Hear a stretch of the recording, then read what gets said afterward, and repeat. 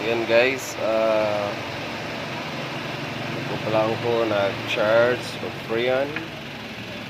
So maana na siya guys. Bugnaw na ang unit. So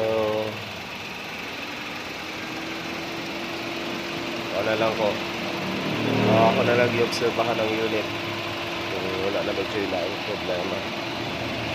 So mauna na siya guys. So bago na kong ilis na compressor.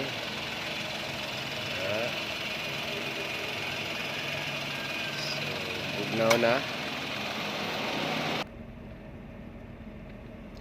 So yung temperature nasa mga nasa mga 3 degree Celsius. So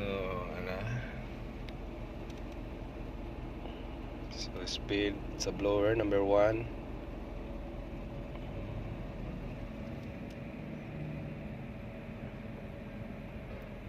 So bugnaw na. So okay na ang unit.